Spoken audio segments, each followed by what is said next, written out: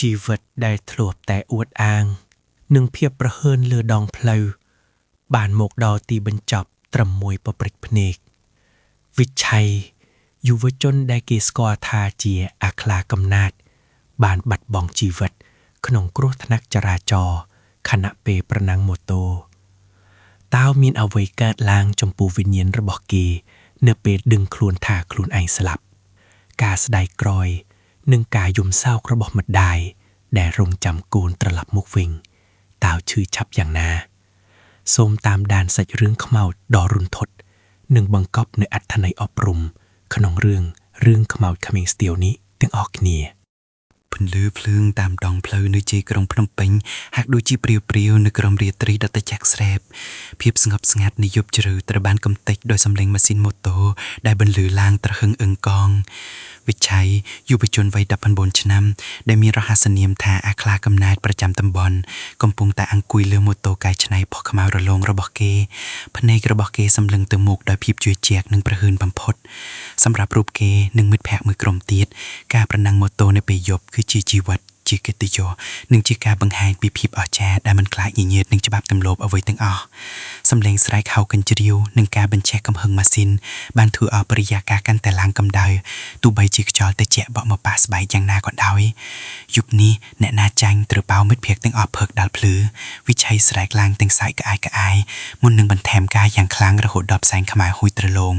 ភ្លាមនោះសញ្ញាចាប់ផ្ដើមត្រូវបានផ្ដល់ឲ្យម៉ូតូទាំង5គ្រឿងបានហោះចេញទៅដោយព្រួយកាត់តាមដងផ្លូវជាតិដ៏ស្ងាត់ជ្រងំវិឆ័យនាំមុខគេជានិតគេមានអារម្មណ៍ថាខ្លួនឯងដូចជាកំពុងហោះហើរកម្លាំងខ្យល់ដែលបក់មកលើផ្ទៃមុខធ្វើឲ្យគេកាន់តែរំភើបញ័រប៉ុន្តែនៅពេលដែលគេមកដល់ចំរឹកផ្លូវបំបែកតែមានដើមជ្រៃធំមួយដើមឈរត្រដែតកណ្ដាលភាពងងឹតស្រាប់តែមានសម្រោលអ្វីមួយយ៉ាងពណ៌សស្គុះរត់កាត់មុខគេយ៉ាងលឿនវិឆ័យភ័យស្លន់ស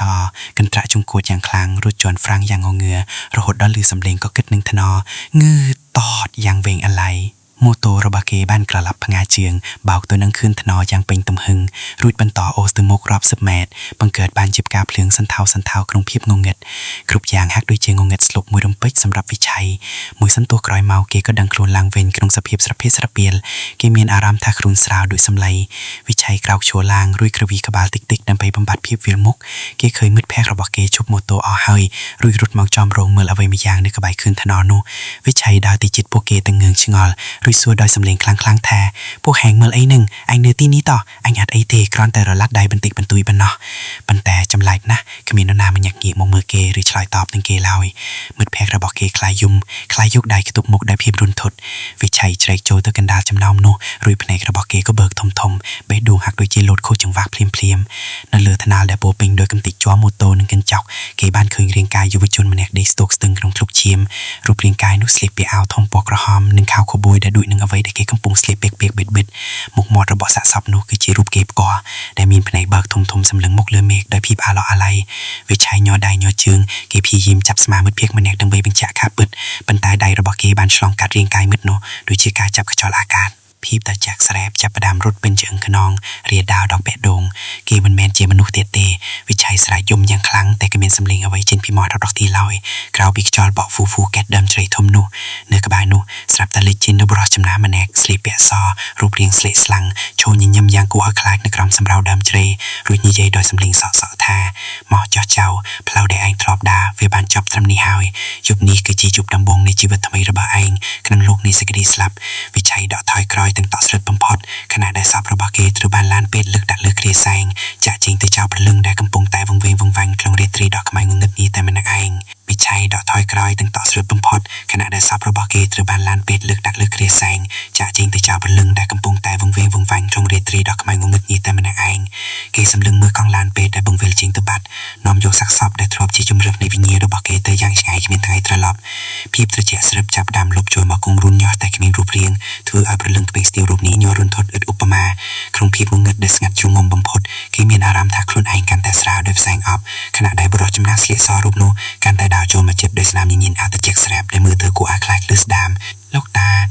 ជាអ្នកណាតែខ្ញុំពិតជាស្លាប់ មែនទេវិឆ័យសួរដោយសំឡេងញ័រទៅត្រើតភ្នែកសម្លឹងមើលស្នាមឈាមដែលដាមលើថ្នោតជាតិដែលនៅសេសសល់ត្រឹមតែបំណែកម៉ូតូដាក់កតិកទីបរិះចំណាំមិនឆ្លៃភ្លាមទេគាត់ងាកទៅសម្លឹងមើលដាមជ្រៃធំដែលកំពុងយល់មែកតាមខ្យល់ហាក់ដូចជាកំពុងនិយាយគ្នាជាមួយវិញ្ញាណខ្មោចដទៃទៀតដែលលិតខ្លួនជុំសម្ដៅឈើ